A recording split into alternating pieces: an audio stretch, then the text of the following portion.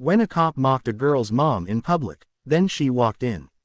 12-year-old Amaya Richardson stood in the shoe aisle of Dick's Sporting Goods, chatting with her best friend about sneakers.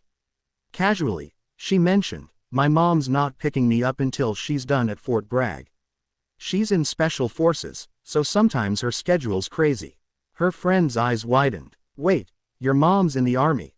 Like actually fighting?" "Yeah," Amaya said easily. "She's Sergeant Major Nicole Richardson. She just got back from a mission overseas." That's when the laughter cut through the air, sharp, dismissive, meant to shrink you down. Officer Colton Reeves stood nearby, off-duty in jeans and a Panthers t-shirt, his badge clipped to his belt. "Special Forces," he said, shaking his head with a grin. "Come on, kid, I've been in law enforcement 20 years. There's no way your mom is running around with the Green Berets. Especially not," he paused, eyes narrowing, "especially not someone like her."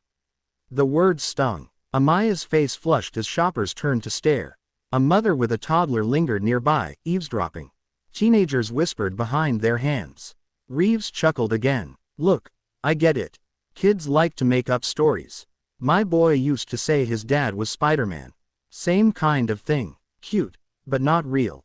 Heat crawled up Amaya's neck. She wanted to defend her mom, but every word jammed in her throat. Her hands trembled as she shoved the shoe box back onto the shelf. "Why would you say that in front of everybody?" Her friend whispered nervously. "Because it's true," Amaya managed. That defiance drew more laughter from Reeves. He addressed the gathering strangers. "See, that's what I'm talking about. Cute kid making up a fantasy. Look, sweetheart, there's nothing wrong with wanting your mom to be a hero, but you don't have to invent fairy tales." Fairy tales. The word landed like a slap. "Tell you what," he said, tapping his badge.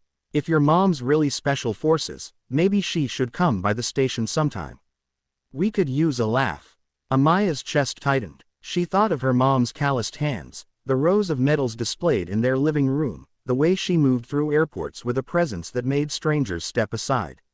"You don't know anything about her," she said, her voice cracking. Reeves clapped his hands together. "Sure, kid, whatever you say." Around them, shoppers exchanged looks. But no one stepped in.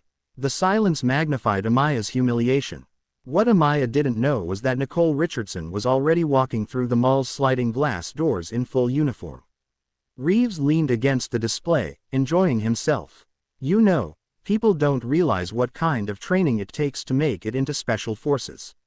Years of grueling work, combat deployments, the best of the best. It's not exactly the kind of job you hear about at PTA meetings." He laughed. "And you expect me to believe your mom is one of them?" "I don't care if you believe me," Amaya forced out. "My mom doesn't need your approval." Reeves stepped closer, lowering his voice just enough to feel personal but still audible. "Listen, sweetheart, I know you want to feel proud, but making up stories isn't the way. A little girl like you doesn't know what real sacrifice looks like." From across the aisle, a man muttered, "Just let the kid talk, man." But his voice wasn't loud enough to carry. Amaya swallowed hard. "You're wrong about her. You're wrong about everything." Reeves looked around, almost inviting others to share in the joke. "Wrong, kid. I've worked side by side with real heroes. I've met soldiers, the guys who actually go overseas and do the dangerous stuff. And trust me, they don't look like your mom." The last sentence landed heavier than anything else. Amaya froze, her face hot with shame and fury. She knew exactly what he meant, and so did everyone listening. Her friend gasped. "That's not fair. You don't even know her." "And you do," Reeves said. "I've been in uniform longer than you two have been alive. I think I know what's real and what's made up." "You'll see," Amaya said, her voice trembling. "She's coming." The officer smirked. "Sure she is. Maybe she'll parachute right through the skylight." He chuckled. "Don't worry, kid, you'll learn. Better to face the truth now than keep living in make-believe." Shoppers whispered. Some pulled out phones, recording the scene. The humiliation weighed on Amaya like a heavy backpack. She wiped her eyes quickly and stood taller. "You'll see," she repeated, firmer this time. "All right, then, I'll wait," Reeves said, folding his arms. While Amaya stood there fighting not to cry, Her mother was already walking past the food court, her boots striking the tile floor with purpose, about to turn the corner and change everything. Sergeant Major Nicole Richardson strode through the mall entrance with a posture that turned heads. Her camouflage uniform was sharp, patches catching the overhead light, beret tucked under one arm. She'd just left a ceremony at Fort Bragg. From across the store, Amaya caught sight of her instantly. Relief surged through her chest. Nicole's boots hit the tile in a rhythm that didn't waver. Her gaze scanned the store, then stopped on the cluster near the sneaker aisle. Her daughter, face flushed, fists balled. And across from them, Officer Reeves leaning back like he owned the space. Nicole's jaw set. She crossed the aisle, her uniform drawing eyes as shoppers instinctively stepped aside. Reeves spotted her. At first, his grin didn't fade. But as Nicole came closer, her rank insignia was impossible to miss. His smirk faltered. "Mom." Amaya's voice cracked with relief. Nicole stopped beside her daughter, her hand resting lightly on Amaya's shoulder. "What's going on?" Reeves straightened, forcing a polite smile. "Evening, ma'am. Just clearing up a misunderstanding." Nicole's eyes flicked from Reeves to the strangers, then to her daughter. He said you couldn't be who you are. That I made it up," Amaya said, the words tumbling out. Nicole studied Reeves, the silence stretching. Reeves gave a nervous chuckle. "Kids, you know how they are. Big imaginations. I was just having a little fun with her." "You mocked my daughter in front of strangers and called her a liar," Nicole said evenly. "Now hold on. I didn't call her." "You questioned the truth," Nicole interrupted. "And you decided it was a joke. Tell me, officer, what exactly made it so funny?" The title was deliberate. Reeves's face tightened. He cleared his throat. "Look, Sergeant Major, with all due respect." Nicole raised a hand slightly. "Respect doesn't begin with laughter at a child." The store had gone silent. "I didn't mean anything by it," Reeves said. "Just thought it was unusual, that's all." "Unusual doesn't mean impossible," Nicole replied. "It means you've never seen it. And maybe the problem is less about me being here and more about you never imagining I could be." Her voice wasn't raised, but the words struck harder than any shout. The woman with the clearance basket whispered, "She's the real thing." Nicole squeezed her daughter's shoulder. "Next time, before you laugh at a child, remember that truth doesn't need your permission to exist." Reeves gave a stiff nod, his earlier bravado scattered like dust. The air felt heavy. Every shopper had turned toward the scene. "Officer Reeves," Nicole said evenly, glancing at his badge. "I don't know you. You don't know me. Yet you saw fit to laugh at my daughter, to dismiss her in front of strangers. Why?" The confidence he'd worn so easily was slipping. "Look, Sergeant Major, I wasn't trying to answer the question. Why mock a child who spoke the truth?" He shifted his weight. "It wasn't like that. I just thought she was exaggerating. Kids do that. Exaggerating is saying, 'Your mom makes the best cookies in the world,'" Nicole said. "My daughter didn't exaggerate. She told you who I am, and instead of listening, you laughed." Murmurs moved through the crowd. Reeves forced out a thin laugh. "All right, maybe I shouldn't have laughed. But you've got to understand, it caught me off guard. I mean, special forces." "What about special forces caught you off guard?" Nicole cut in. "That my daughter knows the term or that she used it to describe me." He hesitated. That pause spoke louder than anything. "You assumed because I'm a woman, because I'm black, that I couldn't hold that title," Nicole said. "So you mocked my daughter to protect your own assumptions." "I never said anything about race. I never said anything about women." "You're putting words in my mouth." "You didn't have to say it," Nicole replied. "Your laugh said it for you." A few people in the crowd nodded. A man near the registers muttered, "She's right." "Fine, maybe I came across wrong," Reeves said. "But I didn't mean harm. Intent doesn't erase impact." She stood here while a grown man with a badge turned her truth into entertainment. "Do you have any idea how small that can make a child feel?" The silence stretched. The officer shifted, aware of every phone camera angled his way. "I've served my country for 22 years, Nicole continued. "I've led soldiers through terrain you'll never see. Made decisions that carried life and death. I wear this uniform because I earned it. Every stripe, every insignia. And yet, the hardest battle I fight is here, convincing people like you that my existence is not a joke." The words hit like steel wrapped in velvet. Reeves's face reddened. Nicole turned slightly, addressing the entire store. This isn't about me alone. It's about what happens when someone decides their assumptions matter more than the truth.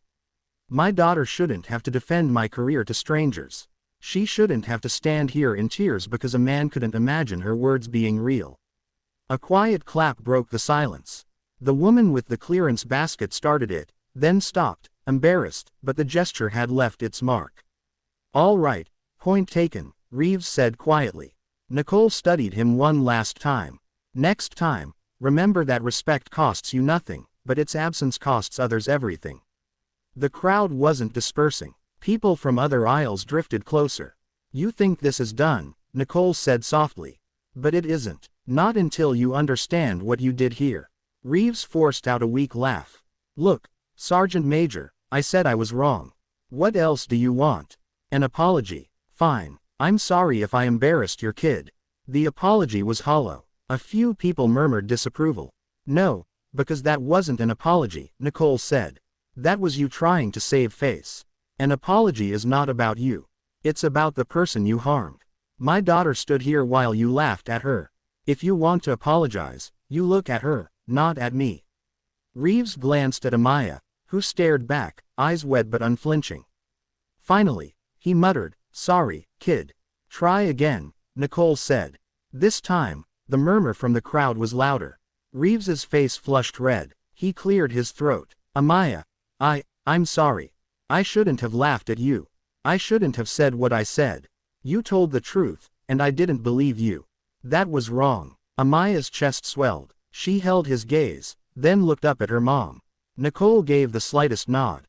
She turned back to the crowd. This isn't about one man and one child. This is about how easy it is to dismiss someone when their story doesn't match what you expect. My daughter's truth was simple, but instead of listening, it was easier to assume she was lying. How many times does that happen? How many times do kids grow up thinking their voices don't matter because someone with power decided to laugh instead of listen? Heads nodded. Some looked uncomfortable, recognizing how many times they'd stayed silent. Nicole looked down at Amaya. You never have to be ashamed of telling the truth. Not when it's about me. Not about anything. If someone can't handle it, that's their weakness, not yours. Tears threatened at the corners of Amaya's eyes, but this time from relief and pride. I already said I was sorry, Reeves muttered. Then live like it, Nicole said. Next time you meet a child with pride in their voice, don't strip it away. Let them keep it, because once you take that from a kid, it's not so easily given back. Almost unexpectedly, a young man near the checkout clapped once. Another joined. Within seconds, scattered applause filled the store. Reeves's face burned crimson. He gave a curt nod and retreated toward the exit, no longer the center of attention but the man who'd been schooled in front of strangers. Amaya turned to her mom. Thank you. Nicole bent down so her face was level with her daughter's. No, Amaya, thank you for telling the truth when it wasn't easy. That's braver than anything I've ever done in uniform. As they walked toward the exit, people glanced at them with something closer to admiration. Nicole slowed her stride. Amaya, remember this. People will doubt you. They'll laugh, dismiss you, try to make you smaller. But you never let them take your truth. Not for me. Not for anyone. Promise me that. Amaya looked up at her mom, eyes shining. I promise. By the time they reached the car, Amaya felt lighter. The memory of Reeves's smirk no longer weighed her down. Instead, it reminded her how quickly assumptions crumble when faced with the truth. As the car doors shut and the mall disappeared behind them, Amaya thought, I'll never be embarrassed about Mom again. That day, in a crowded store under bright lights, she had learned a lesson that would stay with her forever. Never let anyone laugh you out of your own truth. Nicole started the car and said softly, You ready to head home? Amaya smiled for the first time since the ordeal began. Yeah, let's go home. The mall faded into the distance, but the lesson stayed. And for everyone who heard it, whether they admitted it or not, it would linger long after the sound of Nicole's boots had faded from the tile floor.